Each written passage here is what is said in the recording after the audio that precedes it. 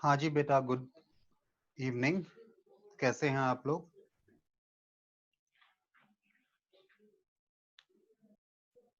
Good evening sir. Good evening बच्चे। Good सृष्टि, evening sir. Good evening बेटा। श्रद्धा, good evening. हाँ जी, तो लास्ट हमने कहाँ पर छोड़ा था अकाउंट्स को मुझे एक बार याद दिलाइए। आई थिंक हम लोग, अच्छा छोड़ने की बात नहीं, मैंने आपको कुछ होमवर्क दिया था मॉर्निंग में ना, कि हमने आज रिवैल्यूएशन से स्टार्ट करना है। रिवैल्यूएशन से आप कह लो, या बीच में एक दो टॉपिक और हैं वो भी देख लें, ठीक है ना।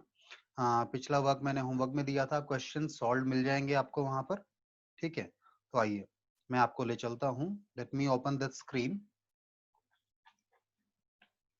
हमारे पास क्या क्या टॉपिक है इन बीच में।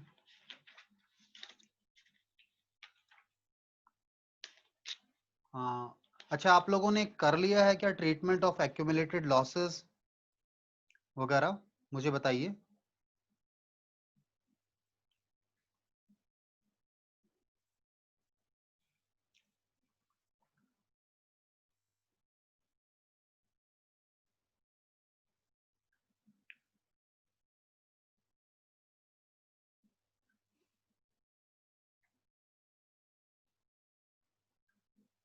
हाँ जी बेटा, देखिए मैंने आपको एक होमवर्क दिया था that you have to go through the following topics.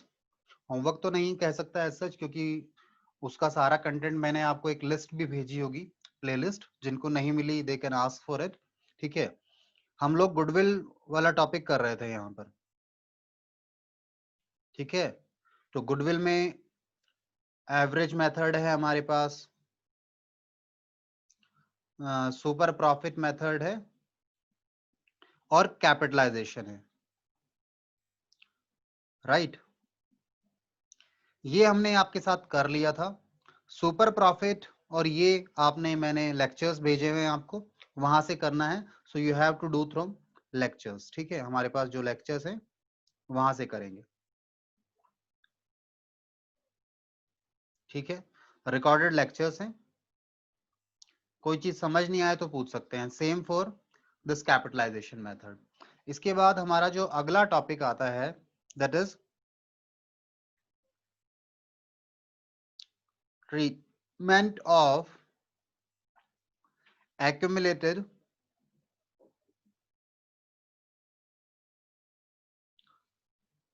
Profits या फिर लॉसेस, ठीक है। प्रॉफिट्स को हम कई बार रिजर्व भी बोल देते हैं, इनका दूसरा नाम क्या है? रिजर्व से। तो बताइए, हमें यहां पर आना है। मैं एक बार क्विकली गो थ्रू करूंगा इस टॉपिक को। मैं आपको एक बार बुक में दिखा देता हूं इसको, फिर मैं समझाकर आगे चलना चाहूंगा, ठीक है। So give me a minute. हाँ जी, ये हमारे पास टॉपिक जो है शुरू हो जाता है आपका, एक मिनट पेज नंबर देखूं मैं। और पास एग्जाम के क्वेश्चंस जो हैं, इंपॉर्टेंट क्वेश्चंस हैं, उनके मैं आपको अलग से बनाकर भेज रहा हूँ टॉपिक वीडियोस वगैरह, ठीक है। गुडविल का ट्रीटमेंट भी एक टॉपिक था हमारा। वैसे गुडविल का ट्रीटमेंट आपने अगर वैल्यू निकालना सीख लिया हो, ठीक है, अगर आपने गुडविल की वैल्यू कैलकुलेट करना सीख लिया, then the treatment of goodwill is easy one, ठीक है। गुडविल का जो ट्रीटमेंट है वो इजी है। गुडविल का अकाउंटिंग ट्रीटमेंट क्या है जी? गुडविल का अकाउंटिंग ट्रीटमेंट है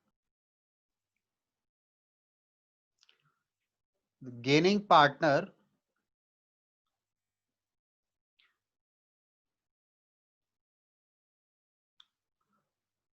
will compensate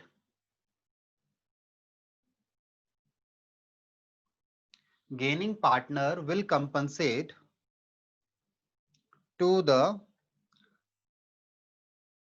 sacrificing partner hash partners. और यहाँ गेनिंग के भी साथ एस लगा लीजिएगा, क्योंकि हो सकता है एक से ज्यादा लोग गेन कर रहे हो, या हो सकता है एक से ज्यादा लोग सेक्रीफाइस कर रहे हो। सो जो भी है, जो भी लोग सेक्रीफाइस कर रहे हैं, उनको जो लोग गेन कर रहे हैं, दे विल कंपनसेट, ठीक है। अब ये जो गेन और सेक्रीफाइस है, ये सेक्रीफाइस या फिर जो गेन कैलकुलेट करना है आप लोगों ने, ये आप दो तरीके से कर सकते हो।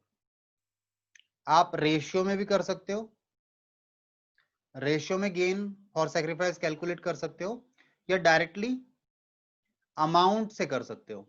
जो मैंने आपको सिखाया है रेशियो वाला भी कहीं ना कहीं कराए होंगे, आपकी बुक में रेशियो से ही करता है वो, ठीक है।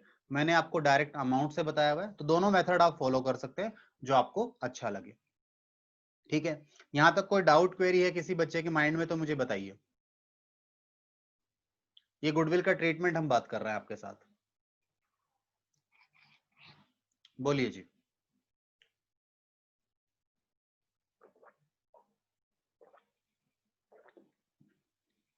आगे चल सकता हूं मैं? Yes, sir. चलिए ठीक है, तो फिर मैं आगे चलूंगा। इसके बाद नेक्स्ट हमें इसमें और कुछ टेक्निकल तो नहीं है, क्वेश्चंस मैंने आपको दे रखे हैं ऑलरेडी, ठीक है। नेक्स्ट हमारे पास जो टॉपिक है, एंड द टॉपिक इज, मैं आपको बुक से ही दिखाता हूं उसको, फिर मैं वहां पर जाऊंगा। पेज नंबर 3.23 है शायद, तो मुझे उस पेज पर जाना है जी।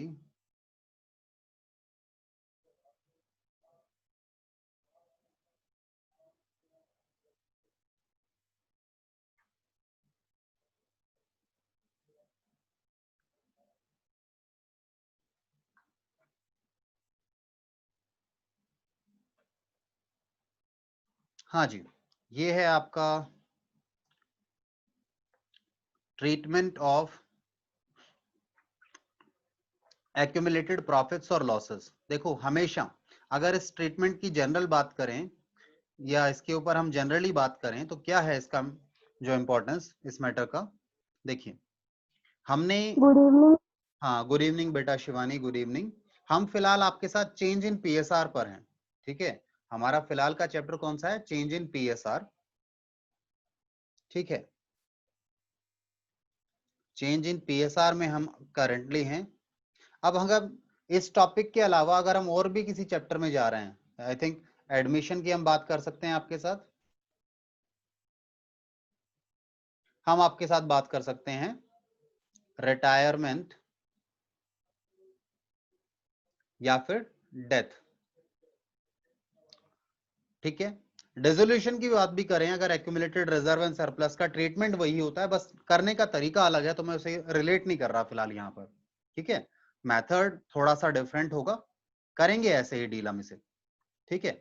तो देखिए मेरे साथ इसको, अगर हम इन तीनों चैप्टर्स में ही बात करें तो तीनों में ही जो हमारे एक्यूमुलेटेड प्रॉफिट्स हैं या फिर लॉसेस हैं, ये क्या है? आज तक के प्रॉफिट है, आज तक के प्रॉफिट्स हैं।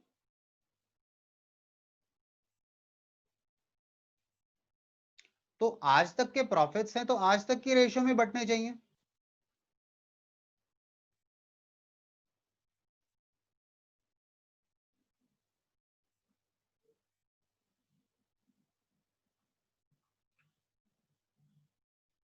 ठीक है। आज तक की रेशियो से मेरा मतलब क्या है? आज तक की रेशियो से वी मीन ओल्ड रेशियो। क्यों ऐसा क्यों कह रहे हैं हम? भाई अगर आपकी बैलेंस शीट में ये कहां दिखाए जाते हैं जनरली, आपको ये आपको गिवन होते हैं बैलेंस शीट के अंदर।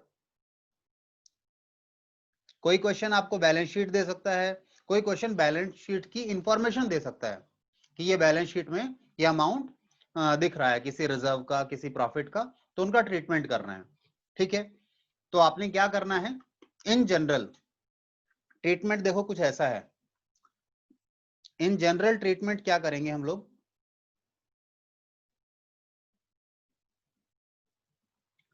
If question is silent, if question is silent, अगर क्वेश्चन कुछ नहीं कहता और आपके पास एक्यूमुलेटेड रिजर्व्स और प्रॉफिट्स पड़े हुए हैं, लॉसेस पड़े हुए हैं, तो आप क्या करो, उन्हें आप डिस्ट्रीब्यूट कर दो पीएसआर में, ओल्ड पीएसआर में, ठीक है। ओल्ड पीएसआर में डिस्ट्रीब्यूट करो। हाँ कुछ नहीं कहता या स्पेसिफिकली कह देता है, if specifically ask to distribute. कई बार ऐसा होगा कि वो बोलेगा कि भैया डिस्ट्रीब्यूट कर दो इसको, ठीक है, स्पेसिफिकली बोल रहा है खुद ही कि इन्हें डिस्ट्रीब्यूट करो, तो भी कोई टेंशन नहीं है, आप उन्हें डिस्ट्रीब्यूट कर देंगे। भाई यहां तो साइलेंट में तो आपको डिसीजन लेना था, यहां तो डिसीजन लेने की जरूरत नहीं है, वो बोल रहा है डिस्ट्रीब्यूट, तो डिस्ट्रीब्यूट करो किस रेशियो में, ओल्ड रेशियो में, ठीक है। ये दोनों मैटर क्लियर है आपको। एक तीसरा केस और बनता है, इन जनरल बात कर रहे हैं हम रिजर्व एंड सरप्लस वगैरह की। तीसरा केस क्या बनता है, क्वेश्चन सेज, जो हमारा क्वेश्चन है, question says that partners do not want to distribute any specific reserve और ऑल रिजर्व्स, ठीक है। हो सकता है किसी स्पेसिफिक रिजर्व के बारे में, किसी स्पेसिफिक प्रॉफिट के बारे में बोल दें ये बात, या फिर जनरली ऑल रिजर्व्स के बारे में भी बोल सकते हैं, ठीक है ना। अगर वो क्या बोलेंगे कि वो ये बोलेंगे that they do not want to distribute, उसे वो डिस्ट्रीब्यूट नहीं करना चाहते। When they say they do not want to distribute, इसका मतलब क्या है, दे वांट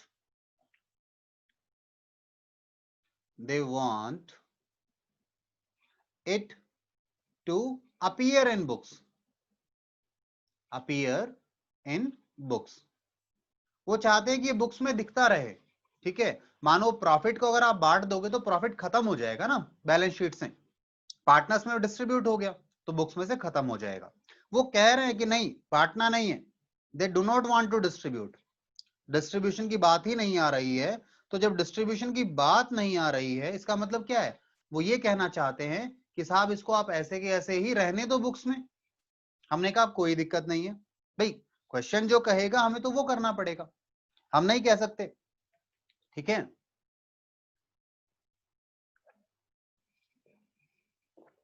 अच्छा, कोई बच्चा मुझे ये बताना चाहेगा कि सर हम ऐसा कर ही क्यों रहे हैं, इन जनरल हम रिजर्व्स को, प्रॉफिट्स को पार्टनर्स में बांटते ही क्यों हैं, कोई बताना चाहेगा इस चीज के ऊपर।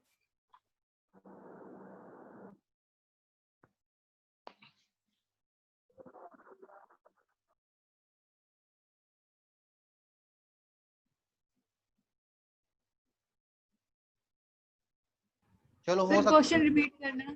ठीक है, मैं ये कहना चाह रहा हूं कि जो हमारी फर्म है या हम यहाँ पार्टनरशिप के अंदर, बिल्कुल शिवानी का आंसर ठीक है, शिवानी ने मुझे जवाब दिया है, ठीक है। और मैं उसके आंसर को ही थोड़ा एक्सटेंड कर रहा हूँ, और मैं क्वेश्चन भी रिपीट करता हूँ नगिता ने जो मुझसे पूछा। देखिए हम ये कहना चाह रहे हैं कि हम ये प्रॉफिट्स बांटते ही क्यों है, क्वेश्चन कुछ नहीं कह रहा तो भी हम बांट रहे हैं, वो कहता है तो भी बांटते हैं, और नहीं बांट रहा तो उसको ट्रीट कर रहे हैं, उसका अकाउंटिंग ट्रीटमेंट करते हैं हम लोग, तो ऐसा क्यों करते हैं, क्वेश्चन इज दिस कि ऐसा क्यों किया जा रहा है। सीधी सी बात है, देखो बात समझो, हम जो भी अकाउंटिंग कर रहे हैं ना, वो आप क्लास 11 से हट कर नहीं, उसमें कुछ जुड़कर पार्टनरशिप के लिए स्पेसिफिकली कर रहे हैं, ठीक है। इन जनरल अकाउंटिंग आप लोगों ने सीख ली क्लास 11th में, जिसने नहीं सीखी है उसे सीखनी पड़ेगी, नहीं तो अकाउंट्स नहीं आएगा समझ में। बट स्टिल पार्टनरशिप में हमने एक्सटेंशन किया, तो पार्टनरशिप में आप जो भी अकाउंटिंग कर रहे हो ना, वो इसलिए कर रहे हो क्योंकि अगर उन्हें नहीं करोगे ना तो पार्टनर्स के बीच में डिस्प्यूट अराइज हो जाएगा, ठीक है। ये बहुत जरूरी चीजें हैं। सर जरूरी क्यों है, एग्जाम्पल सुनो जी, बैलेंस शीट में प्रॉफिट एंड लॉस का बैलेंस पड़ा हुआ है, बैलेंस शीट में हमारे पास प्रॉफिट एंड लॉस में बैलेंस पड़ा हुआ है, ठीक है। आपकी बैलेंस शीट है और इस बैलेंस शीट के अंदर हमारे पास पीएनएल का बैलेंस पड़ा है, क्रेडिट बैलेंस है, प्रॉफिट पड़ा है 50,000 का, ठीक है। पार्टनर है ए एंड बी, रेशियो थी इनकी 1:1 ओल्ड। अब ये दोनों कह रहे हैं कि भैया आज से from a date they want to change it to 2:3, new ratio ये करना चाहते हैं। अब एक बात बताओ, अगर ये प्रॉफिट पड़ा है तो हमने ये पहले कमाया हुआ है, हमने पहले कमाया हुआ है, तो इस पर ये बटना किस रेशियो में चाहिए, इस रेशियो में बटना चाहिए, ओल्ड रेशियो में। तो या तो इसको आज ही बांट लो, आज ही बांट लो, क्योंकि अगर फ्यूचर में बांटोगे तो ये न्यू रेशियो में बटेगा, जो कि गलत है। सही क्या है? ये सही है और ये न्यू रेशियो वाला गलत है। ठीक है, तो अगर इसे मोरलेस देखें तो अगर आज ही बांट देते हैं तो फ्यूचर का मैटर खत्म हो जाएगा। आज बांट देते हैं ओल्ड रेशियो में इस प्रॉफिट को 50,000 को ए और बी में, तो फ्यूचर का मैटर खत्म हो जाएगा। डिस्प्यूट रहेगा क्या? नहीं रहेगा। पर क्वेश्चन आपको परेशान करने के लिए कई बार ऐसा कह सकता है कि हम इसे आज नहीं बांटना चाहते, तो ये गुडविल की तरह ट्रीट हो जाएगा। गुडविल में भी ऐसा ही होता है। गुडविल में तो मजबूरी है कि वो मिलता ही फ्यूचर में है, या मजबूरी नहीं है, या क्वेश्चन बोल रहा है ऐसा करने को। गुडविल में क्या होता था? मिलना तो चाहिए ओल्ड रेशियो में, है ना, ओल्ड में मिलना चाहिए, बट फ्यूचर में जब मिलेगा तो न्यू रेशियो में मिलेगा। ठीक है, यहां भी तो वही हो रहा है। अगर क्वेश्चन स्पेसिफिकली बोल दे कि आज नहीं बांटो, अभी नहीं बांटना चाहते, जैसे ही उसने बोला ना अभी नहीं बांटना चाहते, इसका सीधा सा मतलब है, इंप्लाइड मीनिंग है ये कभी फ्यूचर में बटेगा, और जब फ्यूचर में बटेगा तो न्यू रेशियो में बटेगा, जो कि गलत है। तो हम इसे कंपेयर करके गुडविल की तरह ट्रीट कर लेते हैं। ठीक है, या सैक्रिफाइसिंग गेनिंग रेशियो भी निकाल सकते हैं। और हम अगर देखें नटशेल में जितने भी एडजस्टमेंट होंगे ना, जितने भी एडजस्टमेंट करेंगे, हर एडजस्टमेंट में एक ही फोकस एरिया होगा। फोकस एरिया क्या होगा हर जगह पर? फोकस एरिया ये होगा that the gaining partner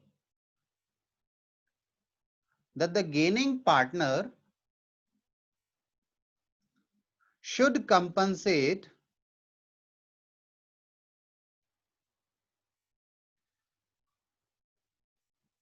to sacrificing partner।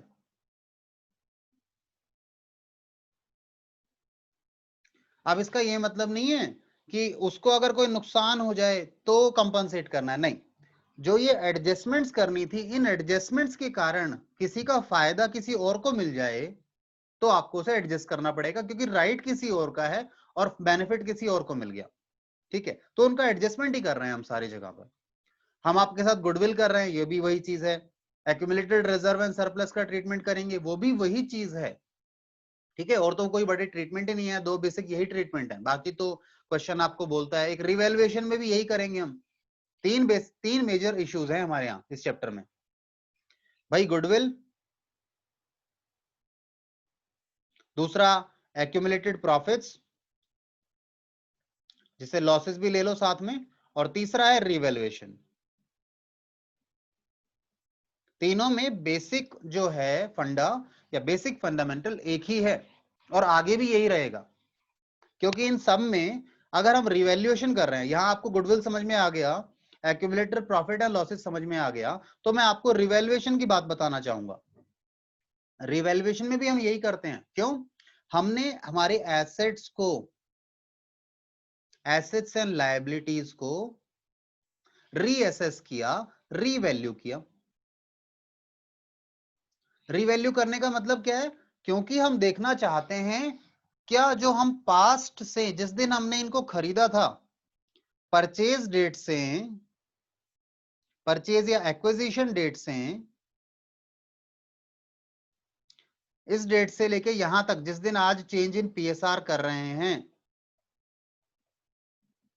ये जो चेंज इन पीएसआर हो रहा है, क्या इसके बीच में कोई इंक्रीज या फिर डिक्रीज तो नहीं हुआ हमारी एसेट्स और लायबिलिटीज में? अगर हुआ है तो वो किसका है? वो ओल्ड पार्टनर्स का है, यानी ओल्ड रेशियो का है। क्या मेरी बात से आप सेटिस्फाइड हैं कि उस पर ओल्ड पार्टनर्स का हक है, ओल्ड रेशियो में है? भाई मानो यहां पर कोई चीज 100 रुपए की खरीदी थी और यहां आकर 150 रुपए की हो गई, तो 100 की थी, इसमें 50 रुपए का जो इंक्रीमेंट आया है, 50 रुपए प्लस हो गए, ये किस रेशियो में बटने चाहिए? सर ये तो आज तक का है, आगे जो बढ़ेगा वो नए रेशियो में बढ़ जाएगा, यहां तक का तो ओल्ड रेशियो में बांट दो। बताओ, क्या बात समझ में आती है नहीं आती? तो तीनों चीजें ही ट्रीटमेंट सेम है। हमें खामखा बहुत बड़ा चैप्टर लग रहा है ये, जिसमें 50 क्वेश्चन है, 60 क्वेश्चन है। चैप्टर तो 5 मिनट का भी नहीं है। अगर आप बेसिक चीज समझ जाते हैं, बेसिक चीज को अंडरस्टैंड कर लेते हैं। बताइए यहां तक कोई डाउट है या नहीं है? No sir. चलिए ठीक है, सो लेट्स मूव फर्दर। थोड़ा आप जल्दी से चलें आगे। कुछ छोटी मोटी टेक्निकल चीजें आपके साथ डिस्कस करनी है मुझे। तो मैं सबसे पहले आपके साथ डिस्कस कर रहा हूं हमारे पास जो एक्यूमुलेटेड रिजर्व्स एंड सरप्लस जो है या फिर लॉसेस हैं, इनमें क्या होता है। जनरल तो मैंने आपको बता दिया, क्वेश्चन कुछ नहीं कहता तो ओल्ड पीएसआर में बांट दो, ठीक है। कुछ स्पेसिफिकली कह रहा है तो वैसे करने को। एक अगर कुछ डिस्ट्रीब्यूट करने को नहीं कहता तो मैंने कहा आपको गेन सैक्रिफाइस निकालना पड़ेगा। इसके अलावा एक छोटी मोटी टेक्निकलिटी ये है कि कई बार हमारे पास कुछ स्पेसिफिक रिजर्व्स हैं, होते हैं या है, स्पेसिफिक रिजर्व्स हैं हमारे पास। Example, workman compensation reserve, investment fluctuation reserve, ठीक है। Workman compensation reserve, investment fluctuation reserve, इन रिजर्व्स के बारे में कुछ बात समझिएगा। वर्कमैन कंपनसेशन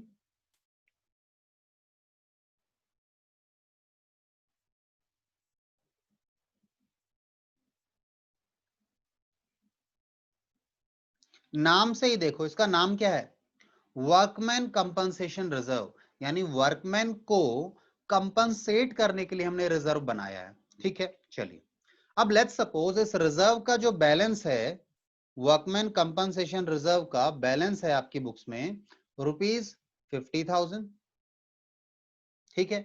और कोई इंफॉर्मेशन नहीं है। तो हमने कहा भाई आज प्रॉफिट शेयरिंग रेशियो चेंज हो रही है, नया पार्टनर आ रहा है या डेथ हो रही है, तो ये रिजर्व हमने पिछले प्रॉफिट्स में से बनाया है, तो इसे आज तक का जो भी इसका अमाउंट है उसे हमें बांट देना चाहिए। एक मिनट, एक मैसेज आया है। ठीक है, स्नेहा का एक क्वेश्चन है और वो क्वेश्चन एक दो बच्चों ने और भी पूछा था मुझसे, मैं बात कर लेता हूँ उसके बारे में। अभी बेटा 5 मिनट देना मुझे, ठीक है ना। हाँ, तो मैं एक बार वर्कमैन कंपनसेशन को क्लियर कर दूं, फिर मैं आपका वो डाउट लेता हूँ। सुनिए जी ध्यान से। तो वर्कमैन कंपनसेशन रिजर्व का 50,000 का बैलेंस है, तो आप क्या करेंगे सर, ये तो पिछली हमारी मेहनत का पैसा हमने एक्यूमुलेट कर रखा था। अगर वर्कमैन को कोई लायबिलिटी होती तो दे देते, कोई लायबिलिटी नहीं है तो इसे ओल्ड रेशियो में बांट दो, बात खत्म, ठीक है। तो उसका ट्रीटमेंट क्या था जी, ओल्ड रेशियो में बांटना है। क्यों? क्योंकि आज तक की मेहनत का प्रॉफिट है। हाँ, अगर लेट्स सपोज इसके अगेंस्ट लायबिलिटी आ जाती 30,000 रुपए की, हमने ये भी कहा that we have a claim against workman compensation reserve, 30,000 रुपए हमने पे करने हैं। तो हमने कहा ये तो लॉस आ गया, तो हमने कहा इस लॉस को कहां डालें, पीएनएल में डालें क्या? पीएनएल में क्यों डालो, पीएनएल में डालो मत सर, क्योंकि इसके लिए तो हमने स्पेसिफिकली एक अलग से रिजर्व बनाया हुआ है। वर्कमैन को कंपनसेट करने के लिए एक रिजर्व बनाया हुआ है जिसका 50,000 का बैलेंस है। मैं कहा ठीक है, तो हम क्या करते हैं, ये 30,000 हम वर्कमैन कंपनसेशन रिजर्व से ले लेते हैं। तो वर्कमैन कंपनसेशन रिजर्व का आप बैलेंस कितना बच जाएगा, ये बच जाएगा 20,000 रुपए। इस 20,000 को क्या करो, ओल्ड रेशियो में बांट दो। अगर लायबिलिटी नहीं होती तो पूरा 50,000 बढ़ जाता, बट एक नुकसान हो गया, उस नुकसान की भरपाई हमने इस रिजर्व से कर ली और बाकी जो बचा हमने ओल्ड रेशियो में बांट दिया। अच्छा, एक केस और भी हो सकता है इसके अगेंस्ट में, इस केस के अलावा। वो क्या होगा देखिए,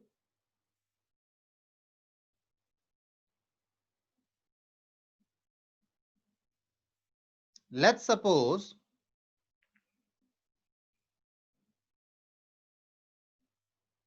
आइए जी अगला केस देखें। एक मिनट देना बेटा। हाँ जी, अगला केस देखें अगर हम,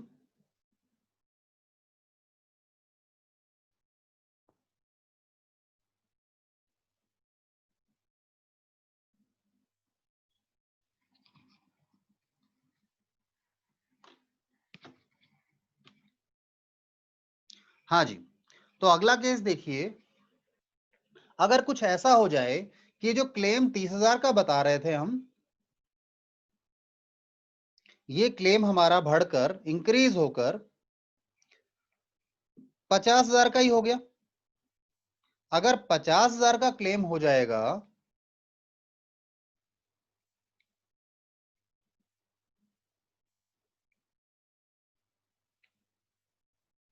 हाँ जी, तो 50,000 का अगर क्लेम हो गया तो हमारे पास बैलेंस कितना बचा? नील। तो क्या पार्टनर्स को कुछ दे पाएंगे? नहीं, कुछ बचा ही नहीं बांटने के लिए। तो क्या ओल्ड रेशियो में कुछ जाएगा? नहीं, कुछ भी नहीं जा पाएगा। आई होप आपको क्लियर है। अच्छा, अगर 50,000 की जगह मैं कहूं आपसे कि हमारे पास एक क्लेम 50,000 का नहीं है, ये ज्यादा का हो गया है, सर कितने का हो गया? अभी बता देता हूं सर, ये क्लेम हमारे पास ये हो गया 70,000 का।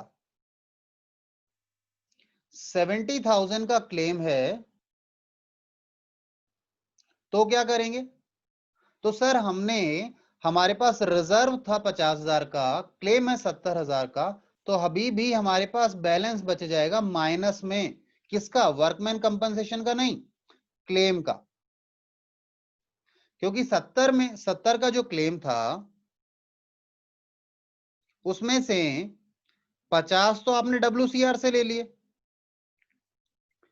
कहां से ले लिए? 50 WCR यानी वर्कमैन कंपनसेशन रिजर्व से ले लिए। ठीक है, 50,000। बाकी का लॉस किन्हें दोगे? देखो पार्टनरशिप फर्म है, बाकी का लॉस कौन बियर करेंगे? पार्टनर्स करेंगे। किस रेशियो में करेंगे? ओल्ड रेशियो में करेंगे, क्योंकि आज तक का नुकसान है ना, तो आज तक की रेशियो में ही बटेगा, ओल्ड रेशियो में। आई होप आपको ये बात क्लियर है। यहां तक मुझे बताइए कोई डाउट है तो। No, sir. ठीक है, तो मैं आपको आगे लेकर No, चलूंगा अभी। sir. ओके, तो मुझे आपको आगे लेकर चलना है यहां से। आइए मेरे साथ 1 मिनट बुक पर आइए। ये देखिए, ये आपके सामने इन्होंने दिया हुआ है, पहला केस दिया है, जल्दी से करें इसे।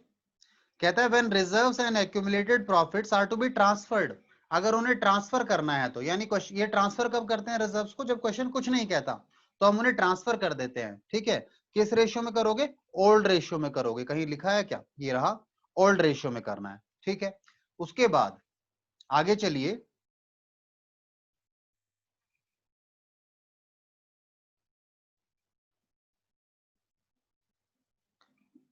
ये इन्होंने एंट्री की है, एंट्री को तो दिखाने की जरूरत नहीं है।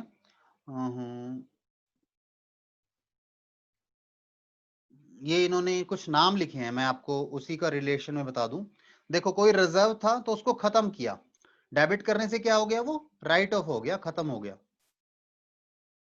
ठीक है, P&L भी कोई रिजर्व था, वो भी हमने राइट ऑफ कर लिया।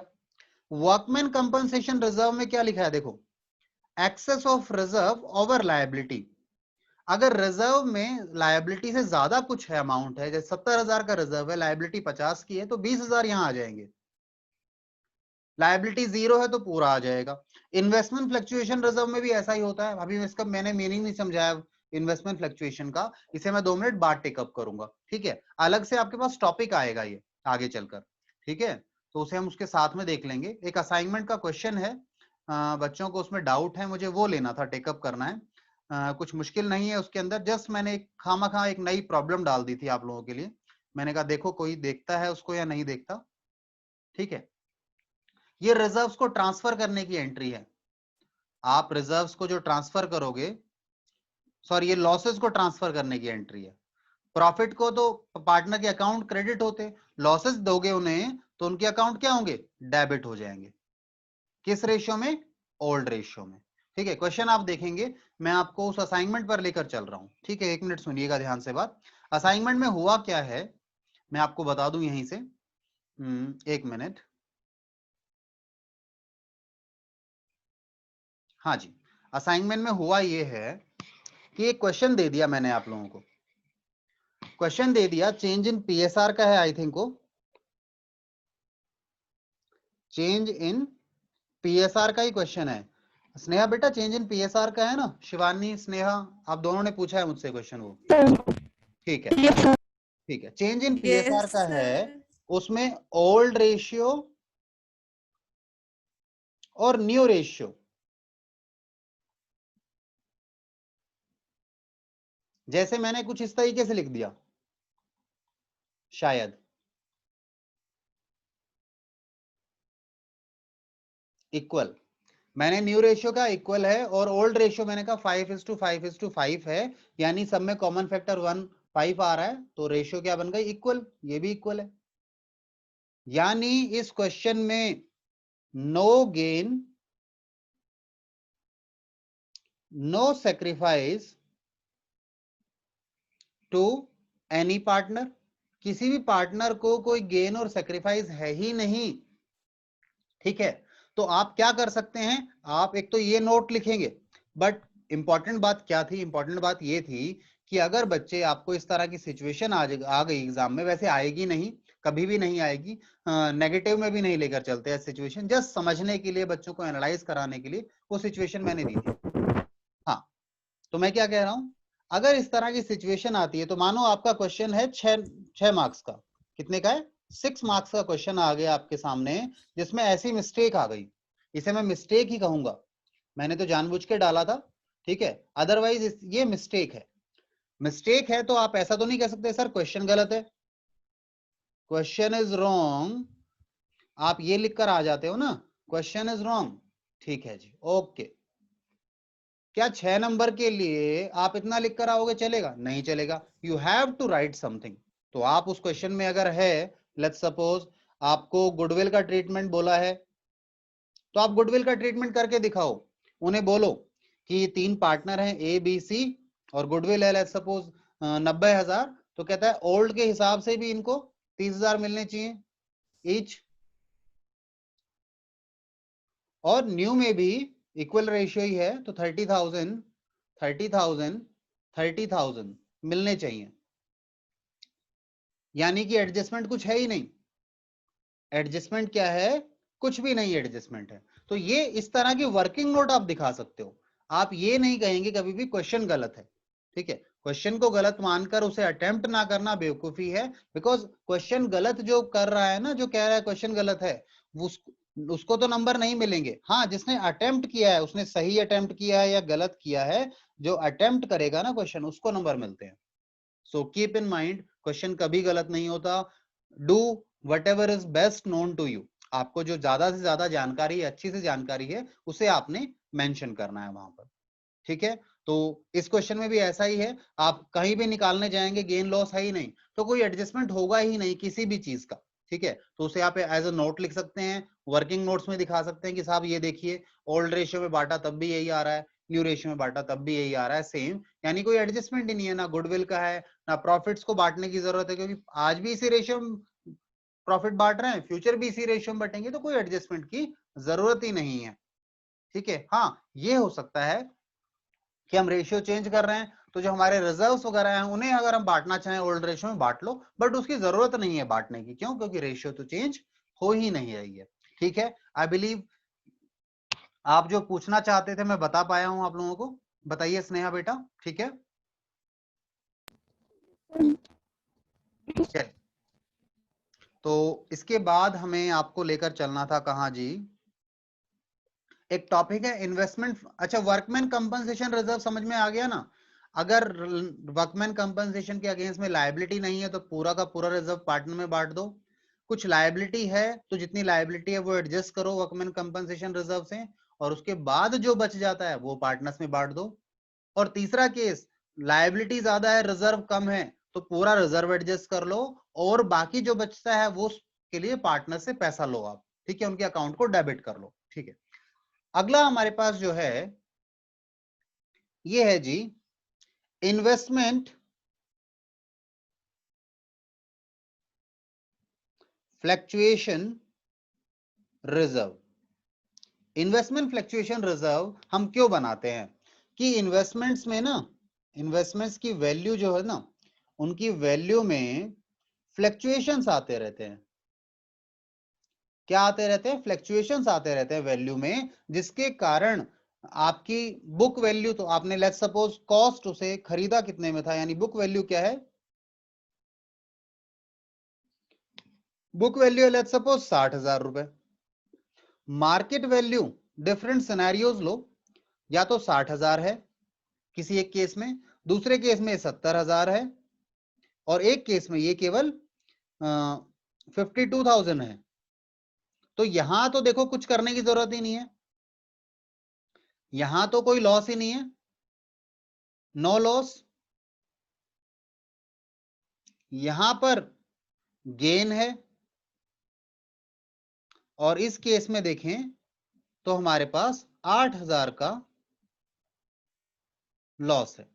ठीक है, अब यहां पर इन्वेस्टमेंट फ्लक्चुएशन रिजर्व में हमने, और हमारा जो रिजर्व है इसका भी बैलेंस है। लेट्स सपोज ये तो हमने मार्केट वैल्यू और बुक वैल्यू की बात की केवल, हमने कहा हमने भी रिजर्व बना रखा है 1,00,000 रुपए का। अगर पहले वाला केस लें, इस केस को इसके साथ रिलेट करें, तो हमने कहा देखो इन्वेस्टमेंट फ्लक्चुएशन रिजर्व 1,00,000 का बनाया हुआ है और कोई इन्वेस्टमेंट की वैल्यू में तो कोई डिक्रीज है ही नहीं, ना इंक्रीज है ना डिक्रीज है, तो पूरा अमाउंट ये रिजर्व का अमाउंट क्या करो, ओल्ड पीएसआर में बांट दो।